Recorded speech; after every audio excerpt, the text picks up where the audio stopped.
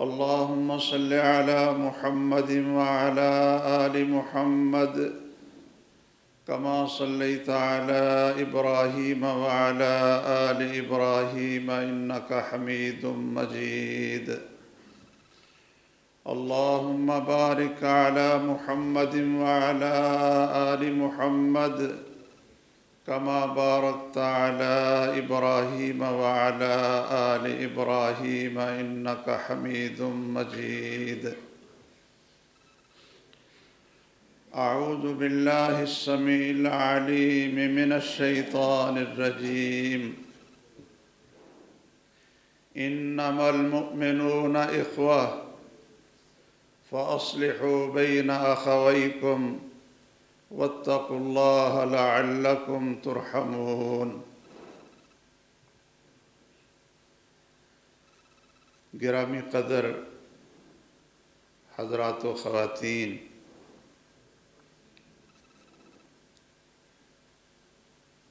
آج کے خطبے میں خلیفہ راشد اور خلیفہ رابع سیدنا علی رضی اللہ تعالی عنہ کی زندگی کے کچھ حالات جو سیدنا عثمان غنی رضی اللہ تعالی عنہ کی مظلومانہ شہادت کے بعد واقع ہوئے، ان کے بارے میں مختصر عرض کرنا چاہتا ہوں. اور ایک بات بطور تمہید یاد رکھیے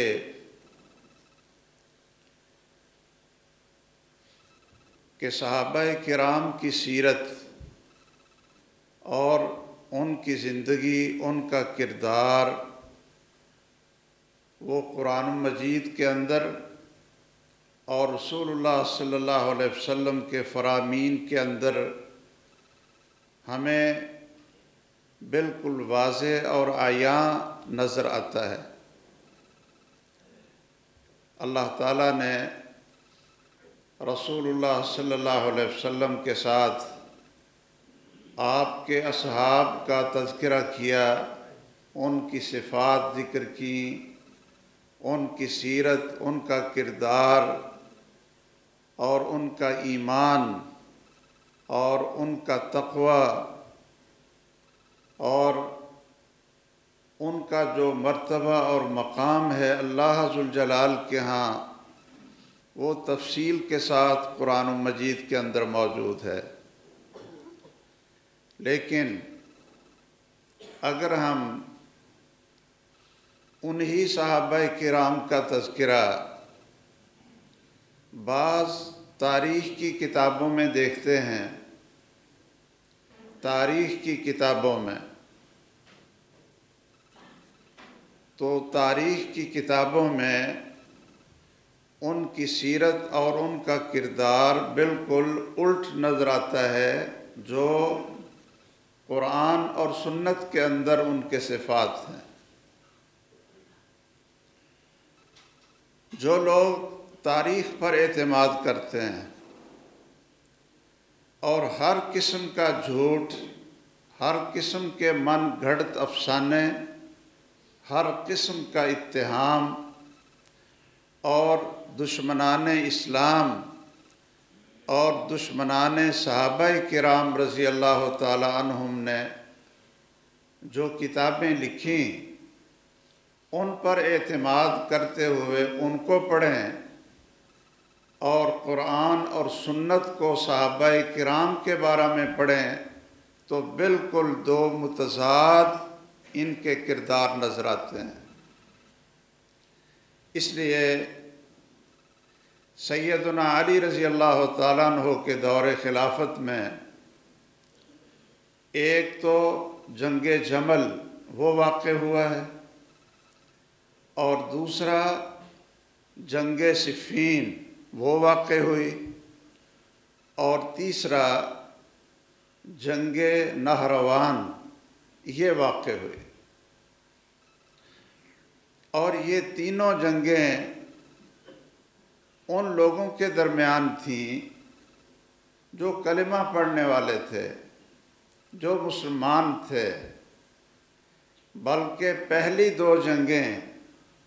جنگ جمل اور جنگ صفین، یہ تو اکابر صحابہ کے درمیان، بلکہ 10 مبشرہ صحابہ کے درمیان جنگ جمل واقع ہوئی۔ اب اگر تاریخوں میں ان کے کردار کو ان جنگوں میں دیکھیں تو وہ بڑا ہی تاریک اور بھیانک نظر آتا ہے کہ ان جنگوں میں دھوکہ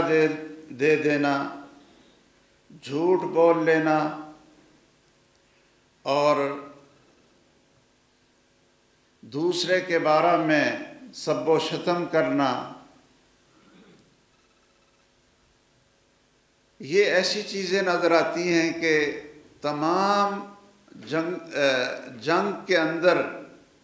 تمام قسم کے غلط اور صحیح حربے جو استعمال کیے جا سکتے ہیں، تو تاریخ کی کتابوں سے نظر آتا ہے کہ وہ یہ سارے صحابہ کرام کرتے رہے۔ لیکن اگر ہم قرآن کو دیکھیں تو ہمیں یہ نظر آتا ہے کہ یہ لوگ آپس میں بھائی بھائی تھے، اللہ سے ڈرنے والے تھے اور سچے تھے، ایمان میں سچے، پرہیزگاری میں سچے، قول اور کردار کے سچے، اور اللہ ذوالجلال نے ان کو دنیا کی زندگی میں ہی خوشخبریاں عطا فرما دیں۔ تو آئیے اس موقع پر پھر 3 قسم کے لوگ ہو جاتے ہیں، 3 قسم کے نظریات لوگوں میں پیدا ہو جاتے ہیں۔ بعض تو افراط اور تفریط میں چلے جاتے ہیں، لیکن اہل سنت والجماع اور اہل حدیث اور محدثین اور فقہائے محدثین جو اعتدال کی راہ ہے اس کے اوپر اس وقت سے لے کر آج تک قائم ہیں، اور انشاءاللہ جب تک یہ دنیا رہے گی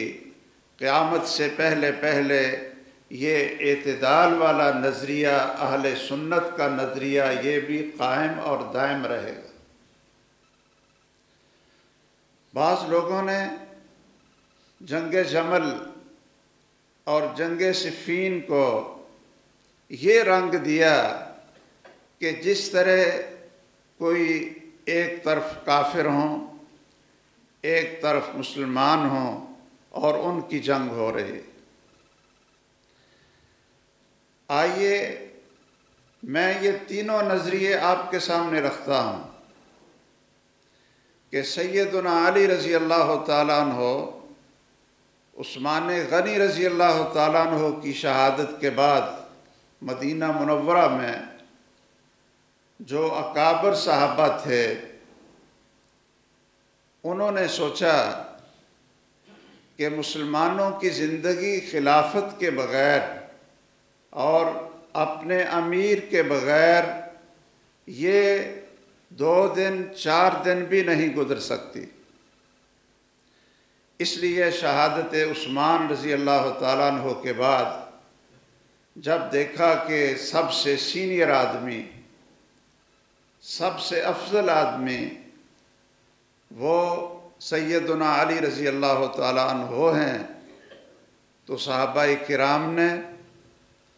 اور جو لوگ فتنہ قتل عثمان کے اندر شامل تھے، انہوں نے بھی سب نے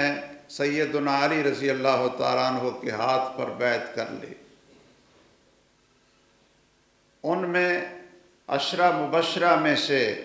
سیدنا طلحہ بھی تھے، طلحہ، اور ان میں سیدنا زبیر بھی تھے، ان میں سعد بن ابی وقاص بھی تھے، یہ سارے عشرہ مبشرہ کے لوگ ہیں، اور شہادت عثمان کا واقعہ یہ حج کے دنوں میں، حج کے بعد پیدا ہوا، تو ان سب لوگوں نے سیدنا علی رضی اللہ تعالیٰ عنہ کو خلیفہ بنا لیا۔ اور یہ بھی آپ سن چکے ہیں کہ سیدنا عمر بن خطاب رضی اللہ تعالیٰ عنہ نے جو 6 آدمیوں کی کمیٹی بنائی تھی، اور پھر 6 سے 2 آدمی آمنے سامنے رہ گئے تھے، ایک سیدنا عثمان اور دوسرے سیدنا علی رضی اللہ تعالیٰ عنہ، اور ان دونوں کا فیصلہ کرنے والے کون تھے؟ عبد الرحمن بن عوف رضی اللہ تعالیٰ عنہ۔ یہ میں آپ حضرات کو تفصیل سے بتلا چکا ہوں۔ تو جب سیدنا عثمان شہید ہوئے رضی اللہ تعالیٰ عنہ، تو اب ایک ہی شخص رہ گیا تھا جو اس کمیٹی سے خلافت کا امیدوار تھا، اور وہ تھے سیدنا علی مرتضی رضی اللہ تعالیٰ عنہ۔ چنانچہ سارے صحابہ نے جو اس وقت مدینے میں تھے اور جو مسلمان دوسرے لوگ تھے، انہوں نے آپ کی بیعت کر لی۔ جب آپ کی بیعت ہو گئی تو اب سب سے پہلا مسئلہ یہ کھڑا ہوا کہ جن لوگوں نے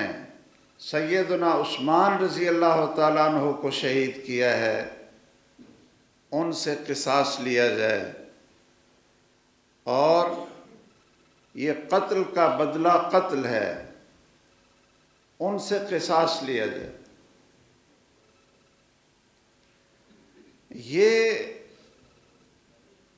یہ چیز لے کر اکابر صحابہ میں سے بڑے بڑے لوگ حضرت طلحہ اور حضرت زبیر رضی اللہ تعالیٰ عنہما سیدنا علی کے پاس جاتے ہیں۔ سیدنا علی رضی اللہ تعالیٰ عنہ آگے سے انکار نہیں کرتے، وہ بھی مانتے ہیں کہ عثمان غنی کی شہادت مظلومانہ شہادت ہے، اور جو لوگ اس شہادت میں ملوث تھے ان سے قصاص لینا یہ قرآن کا تقاضا ہے اور اسلام کا تقاضا ہے۔ وَلَكُمْ فِي الْقِصَاصِ حَيَاةٌ، اور لوگوں قصاص کے اندر تمہاری زندگی ہے۔ النفس بالنفس ومن قتل مظلوما، اور پھر سیدنا عثمان جیسا 12 سال خلیفہ رہنے والا، اور جن کی زندگی میں 42 لاکھ مربع میل کا علاقہ مسلمانوں کے ہاتھ میں آیا، ان کا قصاص، تو یہ آواز لے کر صحابہ کرام سیدنا علی کے پاس جاتے ہیں رضی اللہ تعالیٰ عنہ۔ سیدنا علی رضی اللہ تعالیٰ عنہ فرماتے ہیں کہ ابھی تو خلافت کے اندر اور میرے اقتدار کے اندر استحکام نہیں آیا کہ تمام شہروں میں جو گورنر ہیں وہ پہلے کے ہیں، اور یہ لوگ جو باغی تھے اور سیدنا عثمان کے خلاف بلوائی بن کر پروپیگنڈا کر کے مدینے میں بہت سی تعداد میں تھے، اگر ابھی کسی ایک کے بارے میں کہا کہ آپ قاتل ہیں اور آپ سے ابھی قصاص لیں گے، تو یہ سارے کے سارے لوگ اپنے قبائل کے ساتھ اکٹھے ہو کر پھر اور زیادہ قتل و غارت ہوگی۔ اس لیے آپ صبر کریں، مجھے ابھی حالات کو دیکھنے دیں، استقرار آنے دیں، استحکام آنے دیں۔ وہ اس انتظار میں تھے، یعنی کسی کی نیت خراب نہیں ہے، کوئی شخص بھی ان میں سے ایسا نہیں ہے جو کسی پر بدگمان ہو۔ چنانچہ سیدنا طلحہ اور سیدنا زبیر اور امی عائشہ رضی اللہ تعالی عنہ یہ تو پہلے ہی مکہ میں تھیں، تو طلحہ اور زبیر بھی وہاں پہنچے۔ تو مکہ میں جب اطلاع ملی کہ سیدنا عثمان اور خلیفہ کو شہید کر دیا گیا، وہاں بھی لوگ اکٹھے ہو کر ان کے پاس آئے اور قصاص قصاص، انتقام انتقام کی آوازیں اٹھنے لگیں۔ لوگ اکٹھے ہو کر سیدنا طلحہ اور زبیر کے پاس آتے ہیں، اس لیے کہ عشرہ مبشرہ کے اور اس کمیٹی کے 6 آدمیوں میں یہی مکہ میں موجود تھے۔ انہوں نے کہا کہ ہم نے تو سیدنا علی کی بیعت کی ہے اور ہم یہ بیعت توڑنے والے بھی نہیں ہیں، اور ہم نے سیدنا علی سے مطالبہ کیا ہے کہ قاتلین عثمان کو قصاص میں قتل کیا جائے، لیکن سیدنا علی رضی اللہ تعالیٰ عنہ فرماتے ہیں کہ ابھی تک خلافت میں اور حکم میں، امارت میں استحکام نہیں ہے، انتظار کریں۔ اب ان سب کی یہ نیت ہے کہ ہم لوگوں کو تیار کرتے ہیں۔ پہلے تو حضرت عثمان رضی اللہ تعالیٰ عنہ کہتے تھے نا کہ میں نہیں چاہتا کہ میرے دفاع میں یہ ان لوگوں کو قتل کیا جائے اور مدینہ کی گلیاں خون سے نہلائیں، اس لیے میں آپ لوگوں کو لڑنے کی اجازت نہیں دیتا۔ وہ تو اب اللہ کے پاس چلے گئے تھے۔ جب مکہ مکرمہ میں یہ آوازیں اٹھیں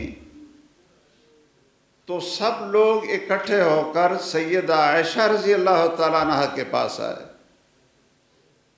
کہ بتلائیے اب ہمیں کیا کرنا چاہیے۔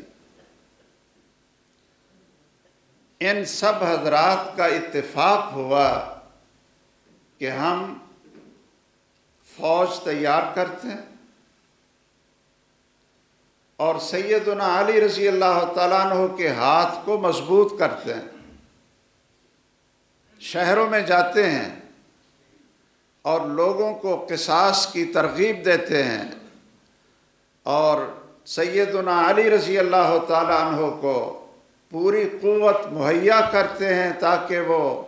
قاتلین عثمان سے قصاص لیں۔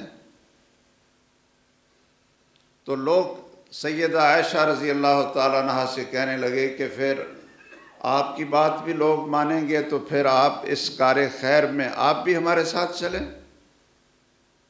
چنانچہ یہ لوگ پہلے بصرہ میں جاتے ہیں۔ بصرہ میں جا کر انہوں نے خطبہ دیا، لوگوں کو ابھارا، اور جب اہل بصرہ نے دیکھا کہ مومنوں کی امی جان اس لشکر کے اندر موجود ہیں اور سیدنا طلحہ رضی اللہ تعالیٰ عنہ وہ شخص کہ غزوہ احد میں رسول اللہ صلی اللہ علیہ وسلم کا دفاع کرتے ہوئے جب بھگدڑ مچ گئی تھی اور بہت سے لوگ میدان سے دوڑ بھی گئے تھے،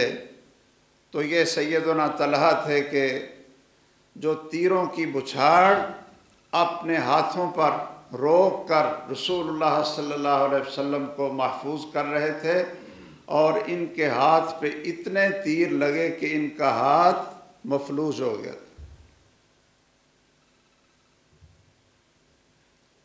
اور زبیر یہ رسول اللہ صلی اللہ علیہ وسلم کی پھوپھی کے بیٹے تھے، اور سیدہ عائشہ یہ سب کی امی تھی۔ چنانچہ بصرہ سے بہت سے لوگ ساتھ شامل ہوئے، اور بصرہ میں جن لوگوں کے بارے میں ان کو یہ اطلاع تھی اور گواہی موجود تھی کہ فلاں آدمی قتل عثمان میں، شہادت عثمان میں شامل ہے، ان کو انہوں نے قتل بھی کیا، اور لشکر لے کر یہ پھر کوفہ کی طرف چلے جاتے ہیں کہ وہاں سے لوگوں کو لیں اور ایک افراد اور مضبوط فوج اور مہیا کر کے تو مدینہ منورہ میں جاتے ہیں، اور سیدنا علی رضی اللہ تعالیٰ عنہ سے یہ گزارش کریں گے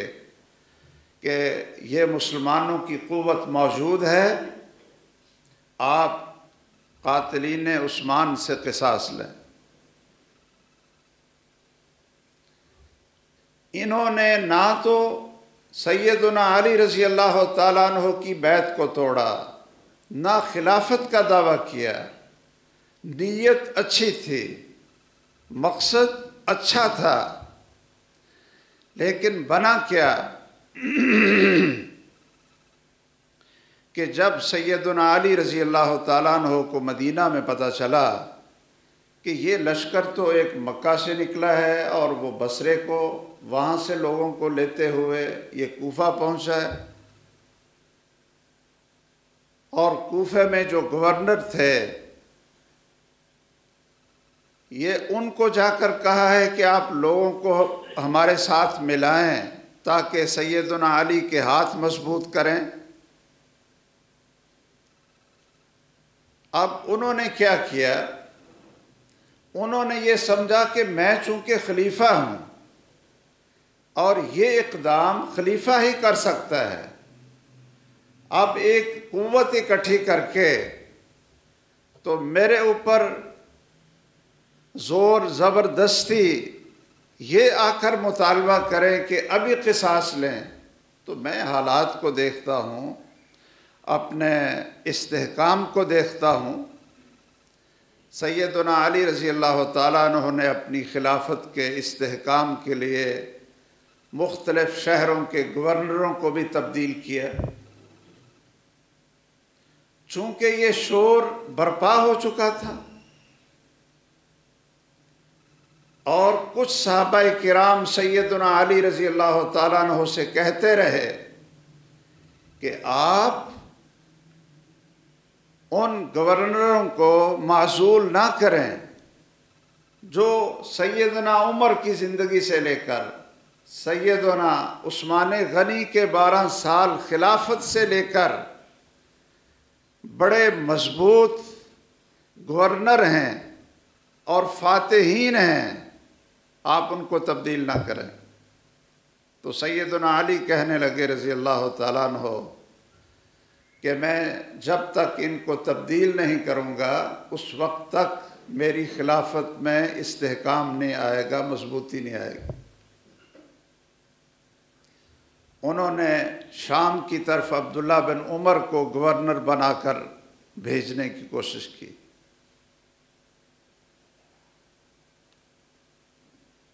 سیدنا حسن رضی اللہ تعالیٰ عنہ نے مشورہ دیا کہ آپ ایسا نہ کریں، اس طرح تو پھر ہر علاقے اور شہر میں خلفشار پیدا ہوگا۔ عبداللہ ابن عمر کو بلایا تو انہوں نے کہا جی میری تو معذرت ہے، وہاں ایک مضبوط گورنر امیر شام سیدنا معاویہ رضی اللہ تعالیٰ عنہ موجود ہیں، اور وہ بھی حضرت عثمان رضی اللہ تعالیٰ عنہ کے رشتہ دار ہونے کی وجہ سے قصاص کا مطالبہ کر رہے ہیں، اور آپ ادھر سے ان کو معزول کر کے ایک نئے یہ بحث چھیڑنا چاہتے ہیں، تو آپ ان گورنروں کو تبدیل نہ کریں۔ عبداللہ ابن عمر رضی اللہ تعالیٰ عنہ کہتے ہیں جی میری تو معذرت ہے، میں ان فتنوں میں نہیں پڑتا۔ اور بہت سارے صحابہ جن میں سعد بن ابی وقاص تھے، جن میں اسامہ بن زید تھے، محمد بن مسلمہ تھے، وہ لوگ الگ ہو گئے، اپنے گھروں میں بیٹھ گئے، اپنی جاگیروں میں جا کر بیٹھ گئے کہ یہ ایک فتنہ مسلمانوں کے درمیان بننے لگا ہے، اس لیے ہم اس میں کسی کا ساتھ نہیں دیتے۔ سیدنا علی رضی اللہ تعالیٰ عنہ کو جب پتہ چلا کہ اس طرح مکہ سے، بصرہ سے ایک لشکر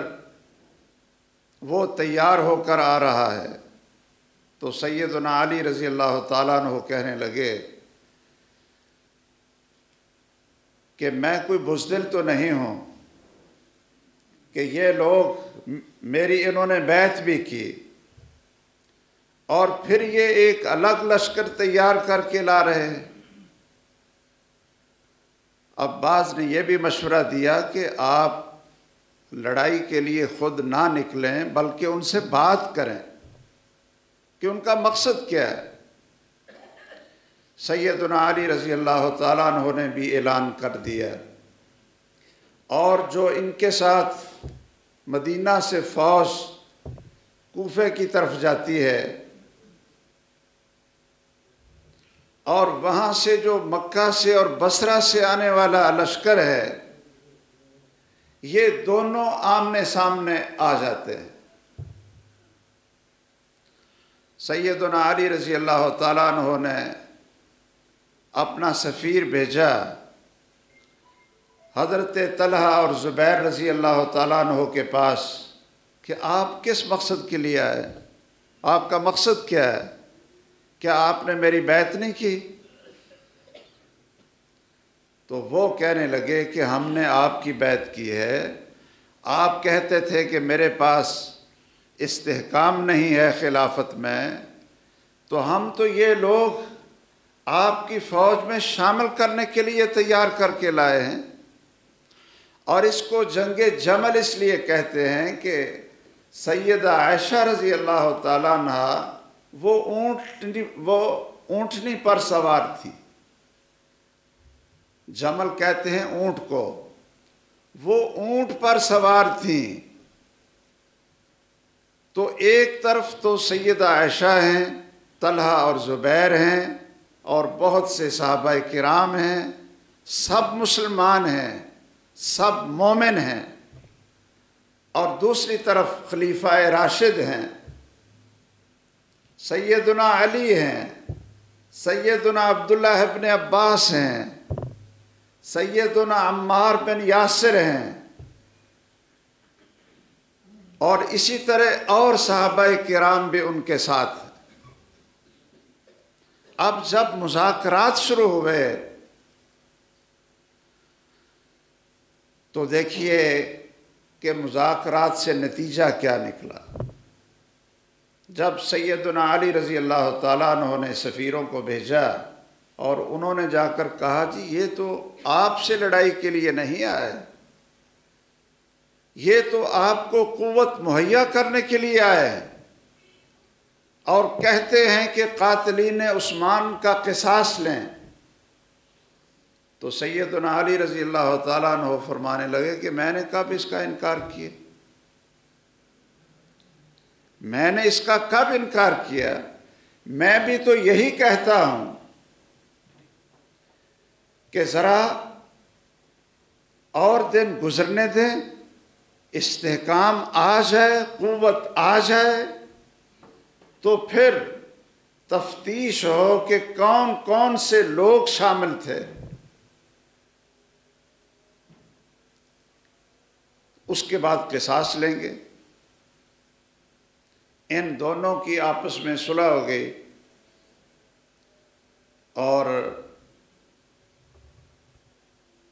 رات کے وقت یہ سارے بات ہوئے، اور دونوں کی نیت اچھی تھی۔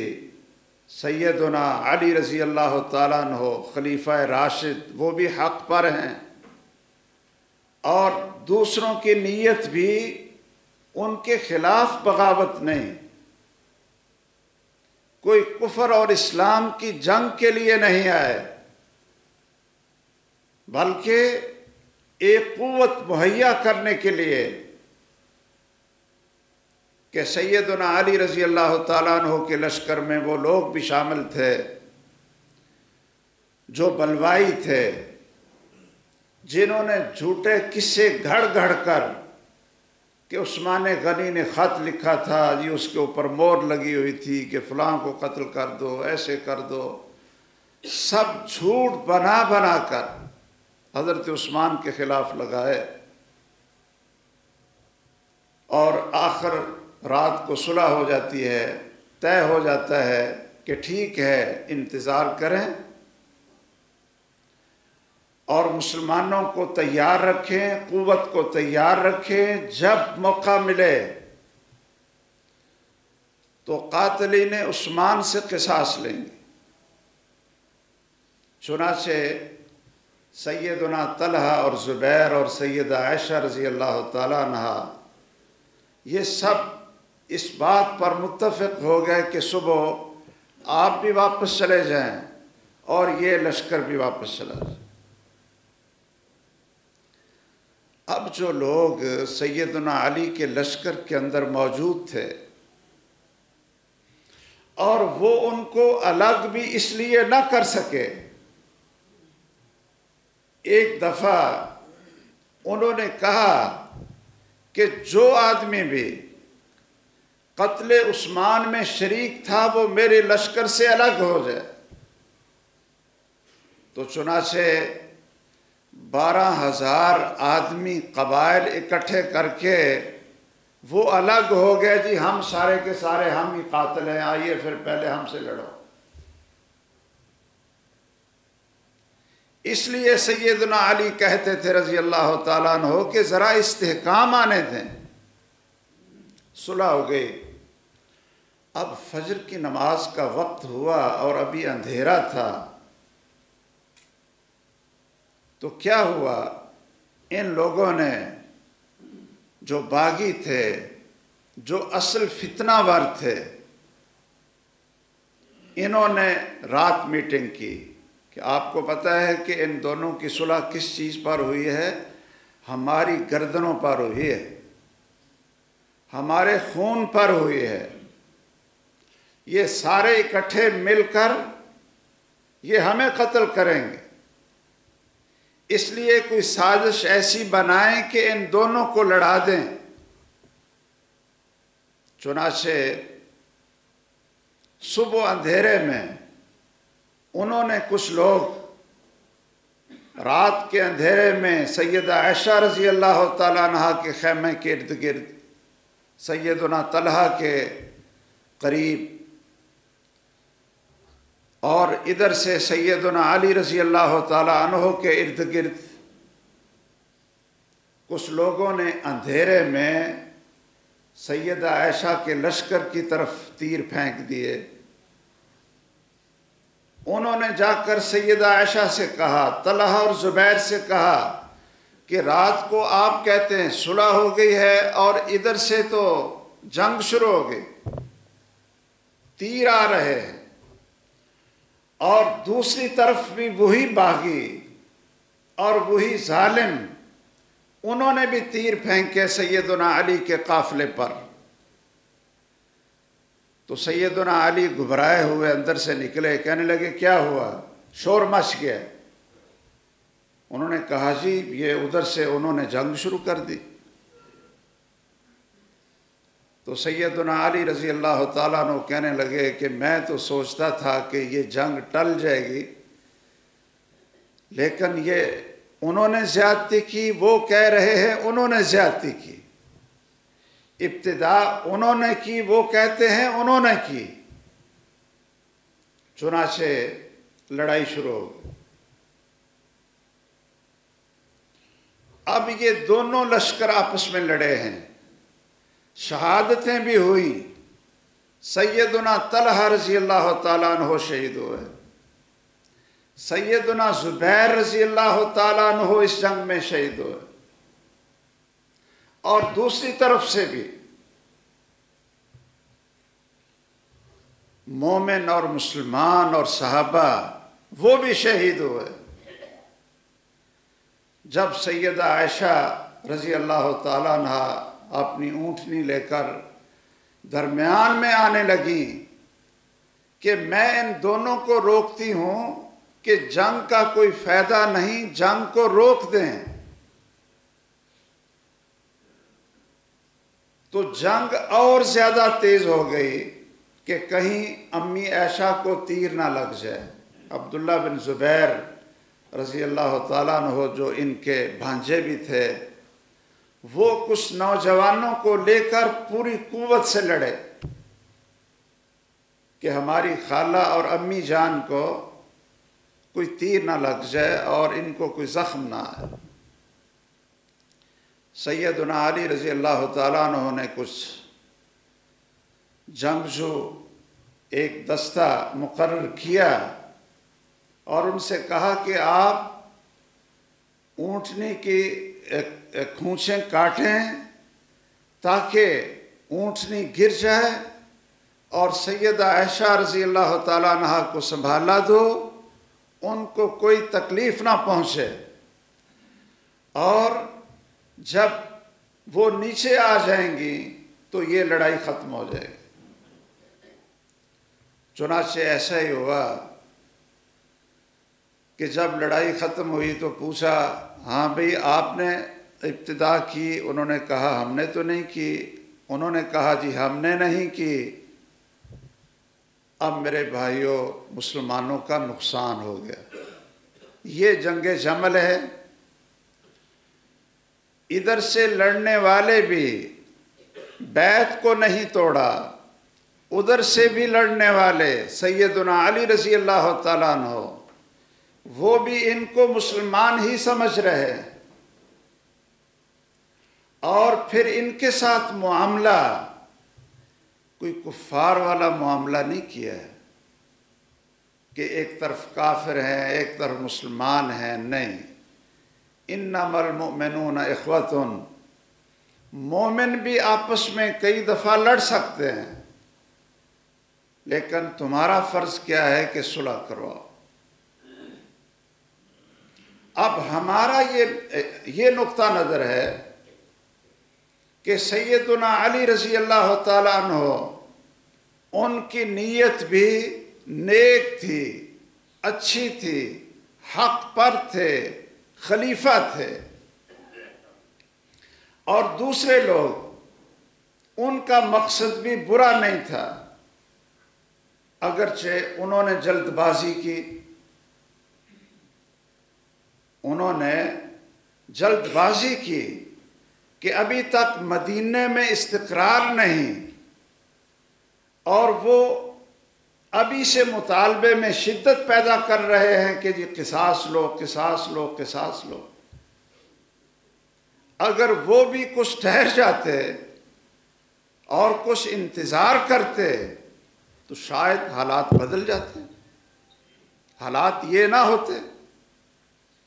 اس لیے ہم میں جتنے مسلمان ہیں، ہمارا ایمان ہے کہ تمام صحابہ کرام رضی اللہ تعالیٰ عنہم جنتی ہیں، خواہ وہ سیدنا علی کے لشکر میں تھے یا سیدنا طلحہ اور زبیر کے لشکر میں تھے، سیدہ عائشہ کے لشکر میں تھے۔ جتنے صحابہ کرام ہیں وہ سب مومن تھے، نیت نیک تھی، اور جن کی نیت نیک اور درست بھی تھی ان کو اللہ 2 اجر دے گا، اور جن کی نیت نیک تھی لیکن جلد بازی میں غلطی کر بیٹھے، اللہ ذوالجلال نے ان کو بھی معاف کر دیا اور ان کو بھی 1 اجر ملے۔ یہ اہل سنت کا عقیدہ ہے۔ اب ہم جج بن کر یا ثالث بن کر یا منصف بن کر صحابہ کے فیصلے نہ کریں، نعوذ باللہ، کہ فلاں شخص جنتی ہے اور فلاں شخص جہنمی ہے۔ اللہ ذوالجلال فرماتے ہیں وَكُلًّا وَعَدَ اللَّهُ الْحُسْنَى، کہ اللہ ذوالجلال نے سب کے ساتھ جنت کا وعدہ کیا ہے، خواہ کوئی فتح مکہ سے پہلے مسلمان ہوئے تھے یا فتح مکہ کے بعد مسلمان ہوئے تھے۔ اور اللہ نے قرآن میں کہا وَإِن طَائِفَتَانِ مِنَ الْمُؤْمِنِينَ اقْتَتَلُوا فَأَصْلِحُوا بَيْنَهُمَا، اگر مسلمانوں کے دو گروہ آپس میں لڑ پڑیں، یاد رکھیے کہ صحابہ کرام معصوم نہیں تھے بلکہ مغفور تھے۔ یہ لفظ اگر آپ سمجھ سکیں، صحابہ کرام رضی اللہ تعالیٰ عنہم معصوم نہیں تھے، کوئی بھی معصوم نہیں تھا۔ معصوم عن الخطا صرف پیغمبر ہوتا ہے، معصوم عن الخطا، اور معصوم کہ جس سے خطا نہ ہو سکے، خطا کا ہونا، غلطی کا ہونا، گناہ کا ہونا ناممکن ہو، وہ صرف نبی ہوتا ہے۔ اور صحابہ کرام معصوم نہیں تھے، لیکن کیا تھے؟ مغفور تھے، کہ ان سے جو غلطیاں ہوئیں اللہ ذوالجلال نے ان کی غلطیوں کو معاف کر دیا۔ اور جب سیدنا عمار بن یاسر رضی اللہ تعالیٰ عنہ سیدنا علی کے لشکر میں تھے، اور وہ امی جان سیدہ عائشہ کے پاس آئے، تو انہوں نے کیا خطبہ دیا؟ انہوں نے کہا کہ آپ محمد الرسول اللہ صلی اللہ علیہ وسلم کی بیوی ہیں، دنیا کے اندر بھی آپ ان کی بیوی ہیں، اور جنت کے اندر بھی آپ ان کی بیوی ہیں۔ اور لشکر مقابلے میں ہے۔ تمام شہداء کے جنازے کس نے پڑھائے؟ سیدنا علی رضی اللہ تعالیٰ عنہ۔ یعنی جو سیدہ عائشہ کے لشکر کے لوگ شہید ہوئے، ان کا جنازہ بھی اور کفن دفن یہ کس نے کیا؟ حضرت علی نے۔ اور جو حضرت علی کی طرف سے تھے رضی اللہ تعالیٰ عنہ، ان کا کفن دفن اور ان کا جنازہ بھی کس نے پڑھایا؟ سیدنا علی نے۔ اس سے کیا پتہ چلتا ہے کہ ایک غلط فہمی کی بنیاد پر یہ جنگ ہوئی، جس کو جنگ جمل کہتے ہیں۔ نیت سب کی اچھی تھی، لیکن جلد بازی میں یہ لشکر تیار ہونے کی وجہ سے وہ ایک جنگ واقع ہوئی، اور پھر صلح بھی ہو چکی تھی، صلح بھی ہو چکی تھی، لیکن جو سازشی تھے، فتنہ باز تھے، منافقین اس میں شامل تھے، انہوں نے اپنی سازش کو کامیاب بنانے کے لیے یہ طریقہ اختیار کیا، اور وہ اچانک جنگ کے شعلے بھڑک اٹھے۔ ہم سمجھتے ہیں کہ تمام صحابہ کرام جو اس جنگ میں شامل تھے وہ جنتی ہیں، خطا پر بھی ہوں اللہ نے ان کو معاف کر دیا ہے، اور خلیفہ حق چوتھے خلیفہ سیدنا علی رضی اللہ تعالیٰ عنہ تھے۔ اگر ان کو اور مہلت دی جاتی تو ممکن ہے کہ حالات اور زیادہ بدل جاتے۔ اس لیے ہمیں اپنا ذہن بالکل تمام صحابہ کرام کے بارے میں جو جنگ جمل کے اندر شامل تھے، طرفین سے شہید ہوئے ہیں، اپنے دلوں کو صاف رکھنا چاہیے۔ اور تمام اہل سنت کے عقیدے کی کتابوں میں لکھا ہوا ہے کہ مشاجرات صحابہ کہ وہ جنگیں جو صحابہ کرام کی آپس میں ہوئیں، ان کے بارے میں بعد میں آنے والوں کو کیا نظریہ اور کیا عقیدہ رکھنا چاہیے، تو تمام کتابوں کے اندر یہ لکھا ہوا ہے کہ ہمارا نظریہ سب کے بارے میں یہ ہے، مومن تھے، بخشے ہوئے تھے، اللہ نے ان سب کو جنت عطا فرمائی ہے، اور جو ان سے غلطیاں بھی ہو گئیں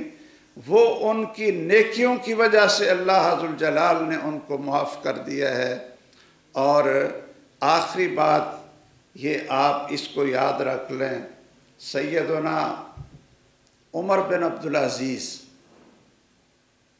جو خلیفہ راشد تھے، عمر بن عبدالعزیز، ان سے کسی نے پوچھا یہ جنگ کے بارے میں جو سیدہ عائشہ اور سیدنا طلحہ اور زبیر اور دوسری طرف سیدنا علی تھے رضی اللہ تعالیٰ عنہم اجمعین، اس کے بارے میں پوچھا تو انہوں نے پتہ کیا کہا؟ عمر بن عبدالعزیز نے کیا کہا؟ کہنے لگے اللہ ذوالجلال نے ہمارے ہاتھوں کو ان جنگوں سے محفوظ رکھا، یعنی ہم اس وقت تھے ہی نہیں، ہمارے ہاتھوں کو،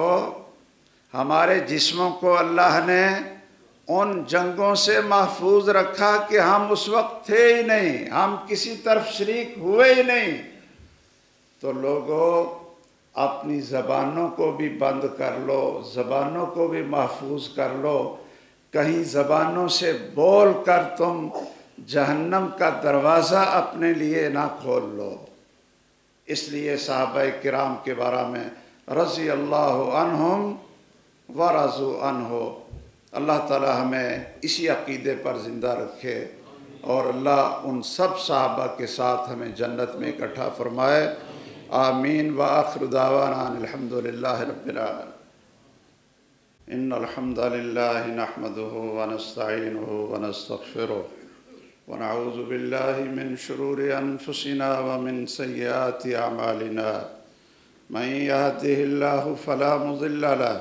ومن يضلل فلا هادي له، واشهد ان لا اله الا الله وحده لا شريك له، واشهد ان محمدا عبده ورسوله صلی اللہ تعالی علیہ وآلہ وسلم، اما بعد۔ جب آدمی کوئی نئی باتیں سنتا ہے نا، پہلے تو اس کے ذہن میں آتا ہے جی یہ باتیں ہم نے پہلی دفعہ سنی ہیں، اس سے پہلے تو ہم کچھ اور ہی سنتے رہے۔ اس میں کوئی شک نہیں کہ جو میں نے باتیں عرض کی ہیں، بہت سے ساتھی ان باتوں کو اجنبی سمجھیں گے اور یہ سمجھیں گے کہ شاید ہمیں یہ ہضم نہ ہو،